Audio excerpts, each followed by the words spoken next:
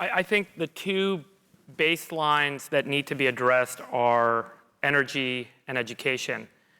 I'll just paint the energy balance equation for a second. China, I don't know if you guys have talked about this today, but China has roughly 3 terawatts of electricity production capacity. The US has 1. China, over the next 15 years, is going to 8, and the US is going to 2. So in the next 15 years, China is adding 5 Americas in terms of electricity production capacity. Not only is their cost for every unit of capacity that's being added roughly 1/10 of our cost, so it's cheaper for them to add capacity. The ultimate end product is less than 5 cents a kilowatt hour, and we're running at 15. So there's a major energy gap problem.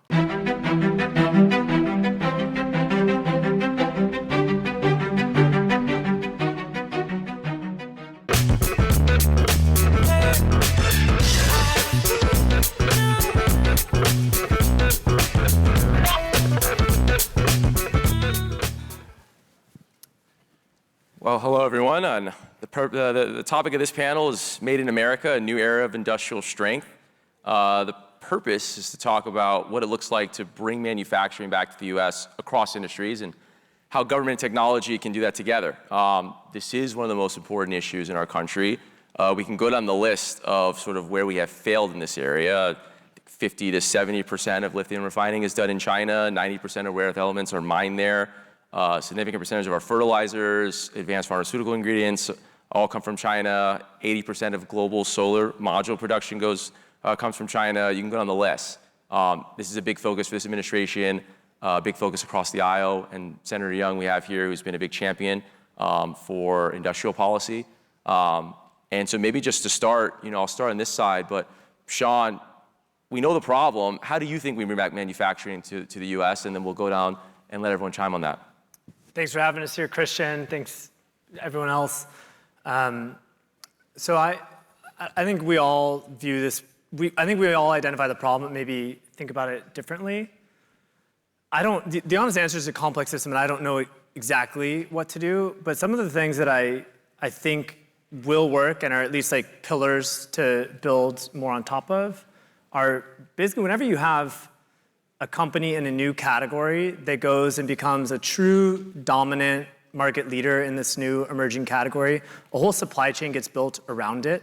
I think the best 2 examples of the last couple of decades are SpaceX and Tesla, where when you go intersect an emerging area and you get to kind of compound in an exponential way, it pulls the entire supply chain with you, whether that's batteries for Tesla or, metalworking for SpaceX, now all the way up to making engines for satellites and satellite integration, or now even making doing PCBA.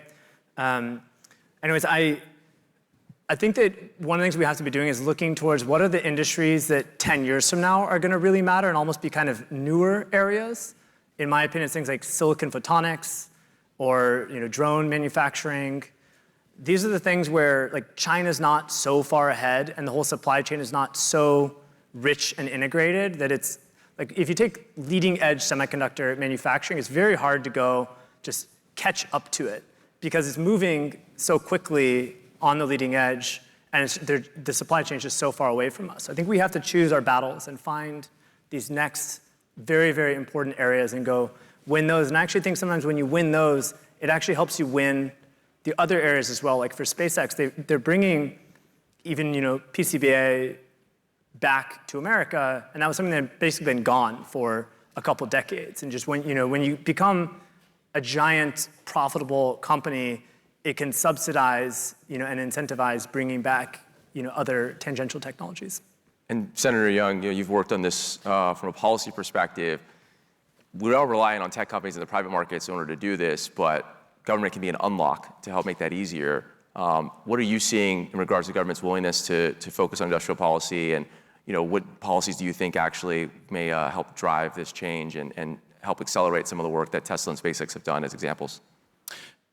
Well, I came to this broader issue of trying to reshore certain tech manufacturing, hard tech manufacturing, over the course of the pandemic. I was persuaded as reality unfolded before our eyes, that we didn't have enough semiconductor access. We hadn't prepared for contingencies, whether they're natural disasters like a pandemic or an earthquake, or geopolitical events in which our dependencies on other countries or their ability to interrupt our supply chains are taken into consideration. So I think, we should focus on those technologies, I agree, that we regard as critical to future innovation. We have to relearn, in some cases, how to manufacture certain things. I think we need to bake into the cost of our goods or be prepared to an economic security or a national security premium, just as we have for our traditional DoD investments over the years. And think a little more broadly about what national security is all about. I think in the process, there'll be tons of opportunity for our innovators, our investors, our businesses here to make new things. But first, let's go through the homework of figuring out what is essential to relocate here, then figure out how to seize the opportunity. We don't need, in my estimation, we don't need to manufacture garments in a very robust way. So that we wouldn't regard that as a national security or an economic security threat. And therefore, that shouldn't be our point of emphasis. Government is bipartisan recognition now that government has a role to play in baking in that national security premium and ensuring that we have a trained workforce to work in these national security or economic security relevant areas so that we can manufacture critical components and technologies. And then way upstream, continuing to invest smartly in research will be essential. I think our private sector has done a great job of investing very heavily in research that has immediate commercial relevance. But if we want to stay in competition with the Chinese in particular and other adversaries, we need to stay ahead of them in some of these key areas. Yeah. And Dave, you care a ton about this issue. I feel like this and the debt crisis and overspending are maybe equal passions, or at least in your top 5. You also see it from a broad lens, right? Our problems here touch bio, they touch ag. They don't just touch, maybe our aerospace and defense supply chains, energy as well. Can you talk a little bit about your thoughts on this issue? I think the two baselines that need to be addressed are energy and education. I'll just paint the energy balance equation for a second. China, I don't know if you guys have talked about this today, but China has roughly 3 terawatts of electricity production capacity. The US has 1. China, over the next 15 years, is going to 8, and the US is going to 2. So in the next 15 years, China is adding 5 Americas in terms of electricity production capacity. Not only is their cost for every unit of capacity that's being added roughly 1/10 of our cost, so it's cheaper for them to add capacity, the ultimate end product is less than 5 cents a kilowatt hour, and we're running at 15. So there's a major energy gap problem that the US is going to have if we intend to be competitive and sustainable from a manufacturing perspective, because this century, all manufacturing will be driven by the cost of power. And it won't be possible without the availability of power. And we already see this outsized power demand coming from data centers. Now, China's forecast, by the way, I'll also highlight, really only represents committed projects. There's a lot more that China has recently demonstrated that's going to start to add to that number, and there's going to be a reacceleration, it seems, beyond the 8 terawatt capacity that they're shooting for over the next 15 years. They have the world's first pebble bed reactor that's running. It's a Gen 4 nuclear reactor, and it works, and they're now opening multiple of them. This is a safe, cannot melt down, highly efficient, uranium-based energy production system. They're developing 170 gigawatts of power along the Yangtze and hydroelectric facilities. That's 17% of the total power capacity of the United States that they're developing along this river. They have the world's first thorium reactor. It was revealed a few weeks ago that's been running for well over a year, and they did a full life cycle replacement of this thorium reactor, of the fuel. It's running, it's a molten salt reactor. So you add those Gen 4 reactors, you add the new hydroelectric work, you add, and they made a 1 million-ton discovery of thorium in Inner Mongolia, which gives them enough energy for 60,000 years. And thorium is 100% used as fuel, whereas uranium, we have to refine it down to 0.7%. So there's a massive energy gap that needs to be addressed. The solution in the United States is simply deregulatory. Regulatory constraints on a local, state, national level are what are keeping these projects at bay. The capital is there, the intelligence is there, the resourcing is there. So to scale up energy, it's not about solar, it's not about wind. Those might have been nice from a narrative perspective, but scalable energy production requires these next-gen systems, and we have to unlock that. On the education front, I think we've really messed up. And we've sold American kids a dream that if they go to college, they will graduate and live with greater prosperity than their parents did, and that's not true anymore. And I think a large part of the reason for this is the federal student loan program. I believe that the federal student loan program has put kids in $500 billion worth of debt that they'll never be able to get out of because there was no checks and balances, there was no market force that said whether or not what a school was charging for tuition was ultimately going to pay back for that child. So if you had a system where kids were actually forced to go out and pick good schools, and only the good schools that would ultimately generate the salaries needed for them to pay back that loans, you would have a very different set of outcomes. It's also going to be really clear from an industrial-based perspective, and because of AI, you don't need the same higher education that we operated with in the 20th century. It's not needed. Vocational programming, on-job training, the ability to use AI to leverage personalized training and tutoring to bring kids up to the level that they need to be and bring adults into the workforce so they can be productive is going to be necessary for us to build the workforce that's going to be able to work in an industrial setting. I can tell you kids today are graduating from college with $100,000 of student loan debts. They end up in $20 an hour jobs, and they say, when am I getting my promotion? What's next? And there's nowhere to go. So why would I go get a degree in art history or social whatever, come out, and go make 20 bucks an hour and never be able to get out of this situation? At the end of the day, we need to change the education equation, and we need to rethink it, and we need to recast the American dream from education through to the workforce and explain what the American dream in the 21st century looks like. And it's going to require, I think, a radical reinvention of the narrative and of the student loan program, which I think is a big part of the bubble problem. So. Please. Could I just complement those thoughts? I agree about the focus on energy and education, and also think that we need more attention on the financing of higher ed, broadly defined.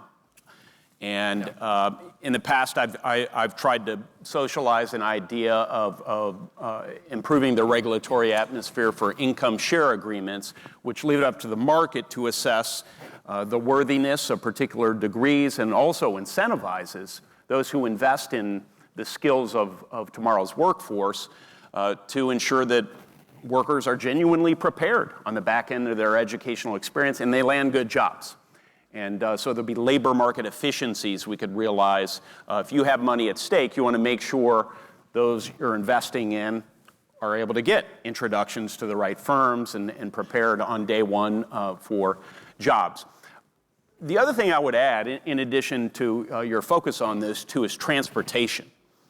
If we don't improve our permitting for rail, for surface transportation, airports, if we don't upgrade those systems, then everything we're prepared to talk about today, the reshoring of tech manufacturing, is really just reduced to talking points. We have to be able to deliver components and products to the end user, and right now we aren't living up to our responsibilities here in Washington. I will say, I think the administration is really focused on this, and they get it. And Congress will be focused on this in coming months. Yeah. And on the energy piece, are you also seeing, obviously we talk a lot about nuclear and other sources of energy. Are there any sort of policy unlocks that you're excited about to sort of see that maybe this administration or this Congress is focused on? Well, modular nukes, the administration has heard the same sort of things that I have in recent years, which is as opposed to maybe just 5 or 10 years ago where there's a lot of reservations, maybe some parochial NIMBYism. People are welcoming, communities are welcoming more power or not modular nuclear power into their communities. I don't know if that will last, but in nearly every part of my state, which hasn't always embraced these new technologies, we started and then did not complete a nuclear plant many years ago. But I think there's a general sense among the public that this is an incredibly viable path to unlocking a lot more kilowatt hours and preparing our communities for these new manufacturing jobs. So we should seize this political moment. These oftentimes don't last forever. And the administration, I think, is really focused on deregulation. America needs to embrace a higher order of risk tolerance. This is what's happened is a stagnation has enveloped this country because of the complete loss of risk tolerance. If we were going to the moon and we said we cannot possibly consider anyone getting hurt on the process to the moon, we would have never made it to the moon. If we were going to go fight in World War II and said no one can die, we would have never gone across the ocean. The fact that we're not willing to take risk and recognize you're not going to have 100% certainty of every action you're going to take if you're in a situation that America is in like it is today, we are never going to get to where we need to be. We have to acknowledge, and the narrative has to change, which is there's going to be loss, there's going to be risk, we have to embrace it. This is what's needed of America, and it takes us, otherwise we look like Europe. And we're going to end up being completely stagnant, no innovation, and no improvement in the quality of life for the people here over time. Well, the irony is American taxpayers are helping to foot the bill for deployments of modular nukes in Europe right now through the Development Finance Corporation. So we need to invest in the same sorts of deployments here and prioritize those deployments. I do think we're prepared to do that. It'll take some time, though. There's going to be a transition. I think most recognize that. So in all of the above approach in which we're welcoming more investment in gas, even the occasional coal generation plant makes a lot of sense in the near term. Shaun, what are your thoughts? Just very quickly, I mean, if you look in the KGB playbook, at least what was revealed orally in the Cold War, the number one thing is to mire your opponent in bureaucracy. And we've let that happen to us. And we have to identify that and somehow find a way out. But we've evolved. You know, we've been the frog that got boiled in a pot, and we didn't even realize it. And we have to snap out of it very quickly. And I'll go back to you, Shaun. You know, one of the things that a lot of our ecosystem in the tech industry have talked about, and you've seen it, you mentioned obviously as an investor in SpaceX and with Tesla, is the role that automation will play. You know, for us to reindustrialize, for us to bring back manufacturing capacity, it's going to look different, right? And in World War II, you had this unique dynamic where commercial enterprises were able to pivot and take their industrial capacity and scale, and then pivot, right, and apply that to the wartime efforts. Today, what does that look like, right? Because there is a key component, which is how do we bring back these jobs? How do we reskill and train these folks to go do this? Because we've lost a lot of these skill sets. But also, you can sort of, Skirt said, you can jump ahead of China if we actually just invest more in automation. And automation, like in Tesla's case, it actually does bring back jobs, right? This isn't sort of antithetical to jobs. So can you talk a little about the role automation will play in manufacturing? Friedberg started an automation company like 10 years ago. I'll give him a shout out, automating the kitchen and food preparation. I've also been passionate about automation for a long time, though. The answer is yes. I completely agree. Automation is, first of all, it's already happening in China. Like if you go look in a factory in China, the amount of human labor is going down, but the output is going up dramatically, and it's all from automation. So it doesn't require any leap of faith that this is going to happen. It just requires deregulating, having more base energy. To my first point, I think incentivizing, providing the seed conditions to help some new domestic national champions arise, like SpaceX and Tesla being examples of national champions in certain verticals. But I think we need a few national champions in next generation defense, specifically, FPV drones, other categories of drones, quantum sensors, silicon photonics, bioproduction. And I think if you let national champions thrive through deregulation and baseline energy, and the government being a buyer, and right? the government being a buyer initially to seed these things, not with tens of billions of revenue, but with that first 100 million or so of revenue, I think then the automation just follows naturally because it's the only way to actually build things at scale in the modern world, as we're seeing even in China, which has like roughly 1/5 the labor cost that we do, and they're already automating. It's obviously going to happen here if we let it. And on that, there is a bit of we're talking a lot about how do we bring back this capacity here. This will also look like a model where we also will rely on our allies as well. How do you think about, and whether in your companies, whether the companies you invest in, and obviously from the Hill, how do you guys think about onshoring and friendshoring? And there's this debate around the spectrum where you land there, but maybe talk a little about kind of how you guys would sort of see what this looks like and how we'll work with our allies and then what we need to bring back here. Maybe Senator Young to start. I'm happy to address that. I've had to think a lot conceptually about this. The practical application almost came first with my work in semiconductors, and then the thought was, okay, should this apply to other areas, and why should it apply, so that you can sort of circumscribe your thinking. As I said earlier, you don't want to be reshoring everything or subject to those sorts of arguments. So number one, I would say friendshoring and nearshoring or onshoring, it's not a binary thing. It's a case-by-case sort of thing, depending on a particular product and what the core competencies of your friends and partners are. Number two, it requires a different mindset from firms. We are asking competitive firms to cooperate